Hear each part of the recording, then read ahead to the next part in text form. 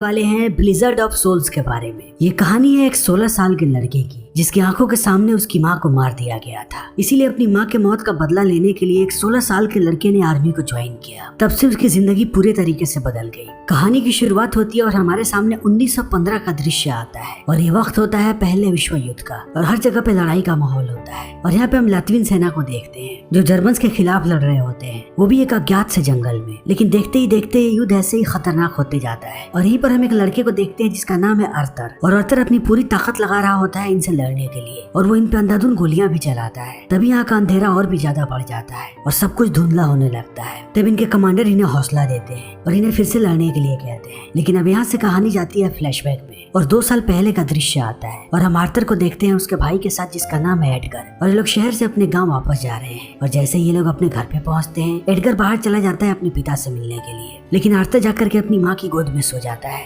और उसे बहुत ही आनंद आ रहा होता है और वो अपनी माँ से बातें कर ही रहा होता है। तभी यहाँ पे कुछ जर्मन सिपाही चले आते हैं जो 2 रशियन सिपाहियों को ढूंढ रहे होते हैं। इसीलिए इनका कुत्ता बहुत ही ज्यादा भौंक रहा होता है और इस चीज को देखने के बाद अर्थर की माँ बाहर जाती है और वो अर्थर को बिस्तर के नीचे छुपा देती है। लेकिन वो जैसे ही बाहर जाती है तभी जर्मन को वो दोनों जासूस मिल जाते हैं और उन्हें लगता है कि इन्हीं लोगों ने जासूसों को छुपाया था। इसीलिए वो दोनों जासूसों को मारते हैं, उसके साथ साथ अर्थर की माँ को मार देते हैं और उसके कुत्ते को भी। और इसकी आवाजें सुन लेता है अर्थर, इसीलिए वो बंदूक लेकर के भागता हुआ घर से बाहर निकलता है अपनी माँ का बदला लेने के लिए। तब तक वो सारे जर्मन सिपाही यहाँ से जा चुके होते हैं। तब यहाँ पे आर्थर शोक मनाने लगता है और जल्दी ये लोग अपनी माँ का अंतिम संस्कार करते हैं और अपने पूरे घर को जला देते हैं क्योंकि इन्हें पता है कि बहुत सारे जर्मन इधर ही आ रहे हैं और अब वो सबका जीना दुश्वार कर देंगे। इसीलिए सारे लोग यहाँ से निकल पड़ते हैं और आर्थर के पिता उसे लेकर के जाते हैं रशियन आर्मी में भर्ती करने के लिए। और यहाँ पे उसका भाई भी होता है लेकिन ये लोग आर्थर को सेना में भर्ती करने से मना कर देते हैं क्योंकि उसकी उम्र कम है। तब उसके पिता इन सिपाहियों को एक कार्ड दिखाते हैं कि उन्हें पहले ही मंजूरी मिल गई है आर्थर को सेना में भर्ती करवाने की। और इतना कहने के बाद आर्थर के पिता वेनगस कहते हैं कि वो भी सेना में भर्ती होना चाहते हैं। तब ये लोग मना करने लगते हैं क्योंकि आर्थर के पिता बूढ़े हो चुके हैं। तभी यहाँ पे कमांडर आता है और आर्थर के पिता उससे बात करते हैं और हमें पता लगता है कि मिस्टर वेनगस ने 15 साल सेना में काम किया था,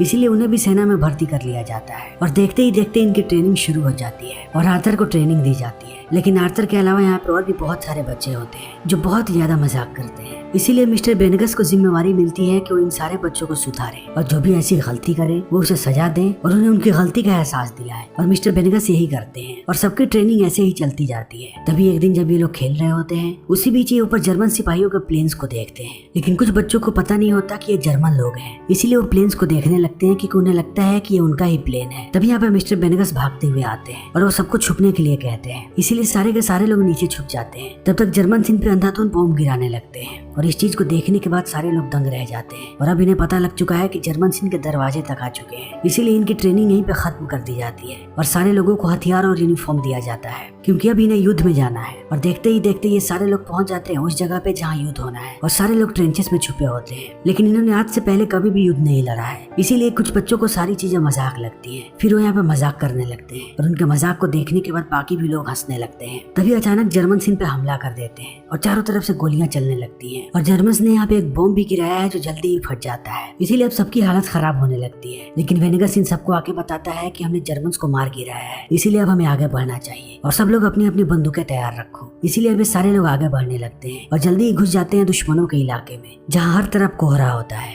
और ये लोग ऐसे ही आगे बढ़ते रहते हैं। तभी इन पे गोलियां चलने लगती हैं और आर्थर यहाँ पे अपने सामने अपने एक दोस्त को मरता हुआ देखता है। तब आर्थर को विश्वास नहीं होता कि वो युद्ध लड़ रहा है। तभी इनके सामने एक बड़ा सा ट्रेंच होता है जिसके अंदर ये लोग कूद जाते हैं। लेकिन इस ट्रेंच में अभी भी बहुत सारे जर्मन सिपाही हैं और अब आर्थर के सामने भी एक जर्मन सिपाही होता है, लेकिन वो भी एक बच्चा है और उसने भी शायद आज से पहले कोई जंग नहीं लड़ी है, इसीलिए वो इस पे हथियार नहीं चला पाता है और आर्थर भी उसे देख रहा होता है। लेकिन अंत में आर्थर उसके ऊपर गोली चला देता है और वो उसे मार गिराता है। और आर्थर ने जिंदगी में पहली बार किसी को मारा है। लेकिन अब यहाँ पे चारों तरफ युद्ध होने लगता है और देखते ही देखते ये लोग सारे जर्मन्स को मार देते हैं और ये इनकी जर्मन्स पे पहली जीत होती है। इसीलिए सारे लोग बहुत ही ज्यादा खुश होते हैं और अपने कैंप पे वापस चले आते हैं। तब इन सबकी बंदूकें ले ली जाती हैं, इन्हें अच्छा खाना खिलाया जाता है, उसके बाद इन्हें आराम करने के लिए कहा जाता है। फिर सारे लोग सो जाते हैं। लेकिन बीच रात में आर्थर की आंख खुलती है क्योंकि वो डरावने सपने देख लेता है। लेकिन वो अपने सामने बहुत सारे और लोगों को देखता है और ये सारे भी परेशान हैं। ये भी नहीं सो पा रहे हैं क्योंकि इनमें से ज्यादातर लोगों ने अपनी पहली लड़ाई लड़ाई लड़ी है, इसीलिए सब रात भर ऐसे ही जगे रहते हैं। लेकिन जैसे ही सुबह होती है यहाँ पे कमांडर आते हैं और वो सबको बताते हैं कि आज कोई भी युद्ध नहीं है। और इतना कहने के बाद वो आर्थर को उसके जन्मदिन की बधाई देते हैं, क्योंकि आज आर्थर 17 साल का हो चुका है और अब सारे लोग उसे बधाइयां देने लगते हैं। तभी उसका बड़ा भाई आता है उसके पास और वो उसे शहर लेकर के जाता है। इनके पास एक शराब की बोतल होती है। फिर एडवर्ड अपने भाई को लेकर के जाता है घर में, जहाँ पे 2 लड़कियां होती हैं। फिर ये दोनों उन दोनों लड़कियों के साथ इंटीमेट होते हैं और एडवर्ड ने अपने भाई को ये गिफ्ट दी है। लेकिन अगली सुबह इन्हें फिर से जाना होता है युद्ध पे और सारे ट्रेंचेस के अंदर बैठे होते हैं और इन्हें पता नहीं होता कि बाहर स्नाइपर्स भी हैं। इसीलिए एक आदमी जैसे ही ऊपर झांकता है, स्नाइपर उसे मार गिराता है। तब इन सबको आदेश मिलता है कि कुछ लोग पीछे से जाएंगे और उस स्नाइपर को पकड़ेंगे। इसीलिए अब आर्थर जाता है अपने एक साथी के साथ और वो धीरे धीरे आगे बढ़ने लगते हैं और थोड़ी देर के बाद ये लोग स्नाइपर को पकड़ भी लेते हैं। तब उसका साथी आर्थर को कहता है कि वो स्नाइपर को मार दे, लेकिन एक बार फिर से आर्थर डरने लगता है और वो गोली नहीं चला पाता। तभी वो स्नाइपर गोली चला देता है और अपने साथियों को बता देता है कि वो खतरे में है। तब आर्थर का साथी उसे मार देता है और ये दोनों वहाँ से भागने लगते हैं। लेकिन अब ये लोग उसके निशाने पे हैं, इसीलिए अब वो लोग गोली चलाते हैं और एक गोली आकर के लग जाती है आर्थर के पीछे, इसीलिए वो बेहोश होकर के नीचे गिर जाता है। तभी वहाँ पे उसके पिता चले आते हैं और वो आर्थर को उठाते हैं और बाहर तक लेकर के आते हैं और जल्दी उसे हॉस्पिटल के लिए रवाना कर देते हैं। और थोड़ी देर के बाद आर्थर का ऑपरेशन होने लगता है और डॉक्टर कहता है कि अगर गोली जरा सी भी आगे होती तब आर्थर कभी भी नहीं बचता। और आर्थर का ये ऑपरेशन सक्सेसफुल होता है और उसकी जान बच जाती है और समय ऐसे ही बीतने लगता है। लेकिन आर्थर के पिता उसे बार बार खत लिखते हैं और बताते हैं कि सबने मुझे कहा कि तुमने अपने बेटे को खो दिया है और उसकी मौत हो गई है, लेकिन मुझे किसी पर भी विश्वास नहीं हुआ और मुझे पता था कि मेरा बेटा जिंदा है। और इन सारी चीजों को पढ़ने के बाद अब आर्थर भी भावुक होने लगता है और उसके पिता दूसरी तरफ युद्ध लड़ते रहते हैं और वो बहुत सारे जर्मन्स को मारते हैं अपनी पत्नी के मौत का बदला लेने के लिए। और दूसरी तरफ आर्थर रिकवर कर रहा होता है। तभी आर्थर की मुलाकात होती है मार्था नाम की एक नर्स से और आर्थर उसे पसंद करने लगता है, इसीलिए वो बार बार उसे इम्प्रेस करने की कोशिश करता है। लेकिन मार्था पे इसका कोई भी असर नहीं होता। लेकिन धीरे धीरे अब आर्थर की हालत ठीक होने लगती है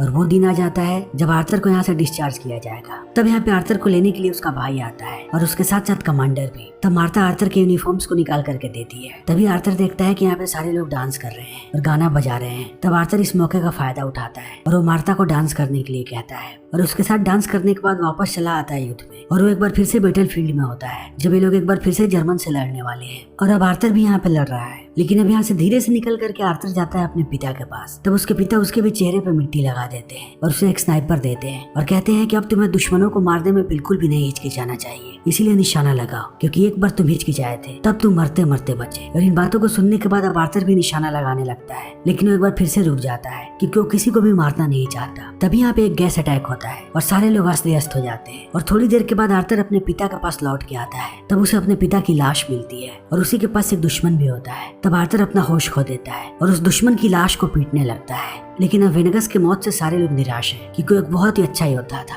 इसीलिए उसका अंतिम संस्कार किया जाता है। और यहाँ पे कमांडर भी होते हैं और अब वेनेगस को 21 बंदूकों की सलामी दी जाती है और देखते ही देखते 1916 आ जाता है। तब हम देखते हैं कि रशियन, लैथियंस और साइबेरियन एक साथ मिलकर के लड़ रहे हैं और अब एडगर और आर्थर दोनों भाई एक साथ लड़ रहे हैं। इसीलिए रात में इन्हें टास्क मिलता है कि इन्हें दुश्मनों के इलाके में बॉम्ब लगाना है। फिर ये दोनों भाई जाकर के उनके इलाके में बॉम्ब लगा आते हैं और जल्दी वो बॉम्ब ब्लास्ट भी हो जाता है और इससे लैथवियन सेना को मौका मिल जाता है हमला करने का जर्मन्स पे। इसलिए वो सब पे हमला करने लगते हैं और बहुत देर तक यहाँ पे लड़ाई होती रहती है और अंत में लैथवियंस मार गिराते हैं जर्मन्स को और ये उनकी बहुत बड़ी जीत होती है। इसीलिए सारे वापस आकर के सेलिब्रेट करने लगते हैं। वो गोश्त बनाते हैं, खाते हैं और हर तरफ नाचते हैं। लेकिन सुबह सुबह उनके पास कमांडर आते हैं और कहते हैं कि अब तुम लोगों को अपनी पुरानी जगह पे वापस जाना पड़ेगा, क्योंकि आज सुबह सुबह साइबेरिया सेना ने मना कर दिया हमला करने से। और अब इस बात को सुनते ही ये सारे लोग फिर से चले जाते हैं लड़ने के लिए। लेकिन यहाँ पे हर तरफ बर्फ का तूफान आया हुआ है और सारे लोग ठंड से करा रहे हैं और एडवर्ड भी जान जाता है कि उसका छोटा भाई भी दर्द से करा रहा होगा। इसीलिए वो अपने भाई के पास जाता है और उसे आश्वासन देने की कोशिश करता है और उसे मोटिवेट भी करता है और आर्थर से थोड़ी दूरी पर जाकर के पोजीशन ले लेता है। तभी यहाँ पे एक बॉम्ब ब्लास्ट होता है और उस बॉम्ब ब्लास्ट में एडवर्ड के परखच्चे उड़ जाते हैं और उसके शरीर का एक टुकड़ा भी नहीं मिलता। इसीलिए अब आर्थर अपने भाई के शरीर के टुकड़े को ढूंढने लगता है और वो पागल सा हो जाता है। तभी यहाँ पे जर्मन सिपाही चले आते हैं और वो आर्थर को मारने ही वाले होते हैं। तभी लैथवियन सेना उन्हें मार देती है। लेकिन यहाँ पे अभी भी बहुत सारे जर्मन हैं, इसीलिए कमांडर अपने सारे लोगों को वापस चलने के लिए कहते हैं जंगलों में और वो आर्थर को भी ले आते हैं। लेकिन अब हम जंगल में सैकड़ों लाशों को देखते हैं और सारे गांव वाले अपने अपने रिलेटिव्स को ढूंढ रहे होते हैं और अपने घर वालों को, और सब रो रहे होते हैं और ये मंजर बहुत ही ज्यादा भयानक होता है। और इस चीज को देखने के बाद अब कमांडर आग बबूला हो जाता है और उसे लगता है कि ये सब कुछ साइबेरियन सेना की की वजह से हुआ है। इसीलिए कमांडर एक साइबेरियन सेना को पटक देता है और उससे पूछने लगता है कि देखो तुम्हारी यह गलती की वजह से क्या हुआ। तब वो सिपाही ने एक लेटर दिखाता है और कहता है कि अब साइबेरियन सेना कम्युनिस्ट बन चुकी है और वो कम्युनिस्ट के लिए लड़ रही है। इस चीज को देखने के बाद सारे लोग चौंक जाते हैं और तब इन्हें बताया जाता है कि अब इन्हें भी रेड आर्मी के लिए लड़ना है जो कम्युनिस्ट की मदद करने वाले हैं। तभी यहाँ पे आर्थर की मुलाकात होती है मार्था से, जो अपने पिता को ढूंढ रही है। लेकिन आर्थर को लगता है कि उनकी मौत हो चुकी है। फिर भी वो मार्था को आश्वासन देता है और कहता है कि वो मुझे जैसे ही मिलेंगे मैं तुम्हें खत लिखूंगा। और अब ये सारे लोग निकल पड़ते हैं रेड आर्मी के लिए लड़ने के लिए और समय ऐसे ही बीतने लगता है जब आर्थर खत लिखता है मार्था को और बताता है कि उसका एक बहुत बड़ा एक्सीडेंट हुआ था जिसमें उसके पैर पे चोट लगा था, इसीलिए वो बहुत दिनों से युद्ध पे नहीं जा सका है और वो रिकवर कर रहा है। और जब वो घायल हुआ था तब उसके साथियों ने उसे 20 किलोमीटर तक अपने कंधे पे उठाया था। लेकिन अब धीरे धीरे आर्थर का घाव ठीक हो रहा है और वो जैसे ही ठीक होता है वो अपने घर की तरफ रवाना होने लगता है। तभी वो ट्रेन में कुछ लोगों को बातें करते हुए सुनता है कि जितने लोगों ने भी कम्युनिस्ट के साथ लड़ने से मना किया है उन्हें मार दिया जा रहा है, और खास करके लैटवियन सेना को। इसीलिए अब इन सारी बातों को सुनने के बाद आर्थर घबरा जाता है, लेकिन फिर भी वो अपने शहर वापस जाता है और अपने सारे साथियों और दोस्तों को देखने के बाद बहुत ही ज्यादा खुश होता है और उनके साथ एंजॉय करने लगता है। तभी उससे मिलने के लिए कमांडर आते हैं और वो पूछते हैं कि उसका घाव कैसा है। तब आर्थर मजाक करने लगता है और कहता है कि अब वो बिल्कुल ठीक है। तभी एक कम्युनिस्ट लाकर के यहाँ पे एक फाइल देता है कमांडर को। तब कमांडर इन सारे लोगों को लेकर के जाते हैं और ये लोग देखते हैं कि बहुत सारे लैटवियन सेना को लाइन में खड़ा कर दिया गया है और ये सारे वही लोग हैं जो कम्युनिस्ट का साथ नहीं देना चाहते, इसीलिए अभी इन्हें मारने का ऑर्डर आया है और सारे लोग डरे होते हैं। लेकिन इन्हीं के बीच मिकेल्सन होता है जो आर्थर का दोस्त है। वो हंस रहा होता है और वो लैटवियन गाना गा रहा होता है कि उसे अपने मुल्क से प्यार है। लेकिन अब इन्हें ऑर्डर मिलता है कि ये लोग सारे लोगों को गोली मार दे, लेकिन लैटवियन सेना का कोई भी आदमी अपने भाइयों को गोली नहीं मारना चाहता। और इस चीज को देखने के बाद अब सारे रेड आर्मी वाले अपनी बंदूकें उठा लेते हैं कि वो सबको मार देंगे। तब कमांडर आकर के सबको कहने लगता है कि जल्दी से जल्दी इन सारे लोगों को मारो वरना रेड आर्मी वाले हमें मार देंगे। इसीलिए अब सारे लोग गोलियां चला देते हैं, लेकिन आर्थर के सामने होता है मिकेल्सन और वो उस पर गोली नहीं चलाता। तब कमांडर उस पर गुस्सा करने लगता है और सारे लोग आर्थर को लेकर के जाने लगते हैं। तब कमांडर खुद मिकेल्सन को मारता है, लेकिन अब आर्थर को जेल में डाल दिया जाता है। तभी रात में वहाँ पे कमांडर पहुंचते हैं कुछ लोगों के साथ और वो आर्थर को रिहा करवा देते हैं। तब आर्थर एक जोर का पंच मारता है कमांडर को और कहता है कि तुमने मेरे आंखों के सामने मेरे दोस्त को मार दिया। तब कमांडर कहता है कि तुम नहीं समझोगे, अगर मैंने उसे नहीं मारा होता तो आज हम सब मर चुके होते, तुम भी और मैं भी और हमारे साथ हमारी पूरी सेना, क्योंकि रेड आर्मी किसी को जिंदा नहीं छोड़ती। लेकिन अब आर्थर इन सारी चीजों से तंग आ चुका है, इसीलिए वो अपने एक साथी के साथ यहाँ से निकल जाता है कि अब वो कम्युनिस्ट के लिए नहीं लड़ने वाला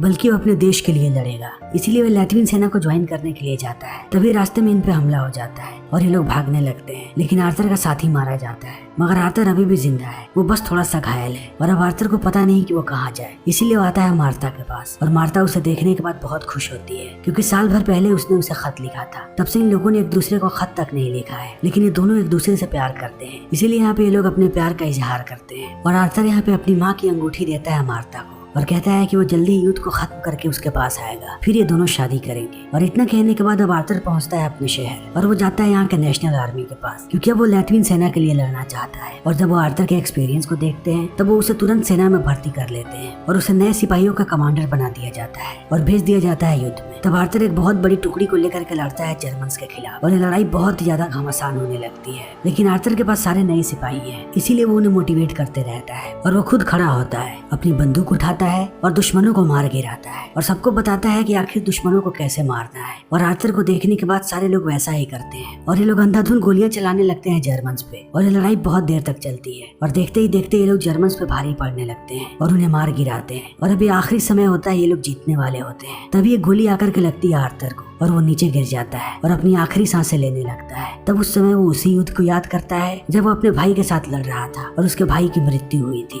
और इसी दृश्य को देखते हुए आर्थर की भी मृत्यु हो जाती है और ये फिल्म यहीं पे खत्म हो जाती है। तो दोस्तों, हमारी आज की ये वीडियो यहीं पे खत्म होती है। अगर आपको हमारी ये वीडियो पसंद आई हो तो इसे लाइक करें, शेयर करें और चैनल को सब्सक्राइब करें। Thank you.